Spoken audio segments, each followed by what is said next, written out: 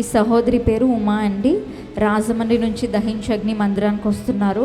తన భర్త గారు రియల్ ఎస్టేట్ వ్యాపారం చేసేవారండి. ఆ వ్యాపారం చేస్తుండగా శత్రువులు చేతబాళ్ళు చేయించి విరోధంగా చాలా ఇబ్బంది పెట్టారండి.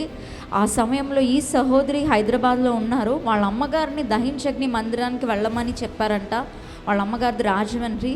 దహించు అగ్ని మందిరానికి వాళ్ళ అమ్మగారు వచ్చారు. దేవుడు అద్భుతంగా ఆ చేతబడి శక్తుల నుండి దేవుడు విడిపించాడు తన భర్త గారని సాక్ష్యం చెప్తున్నారండి. గట్టిగా చప్పట్లు కొడుతూ యేసయ్య నామానికి మహిమ కలుగును గాక. అలానే రెండవదిగా డాక్టర్స్ తన భర్త గారికి ఆపరేషన్ చేయాలి అర్జెంటుగా అని చెప్పారంటండి. 1,30,000 రూపాయలు అవసరంగా ఉంది.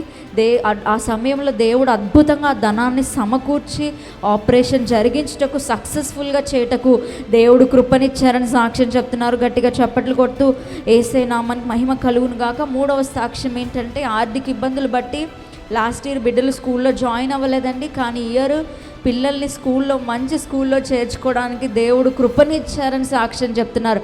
గట్టిగా చప్పట్లు కొడుతూ యేసయ్య నామానికి మహిమ కలుగును గాక. ఆమేన్.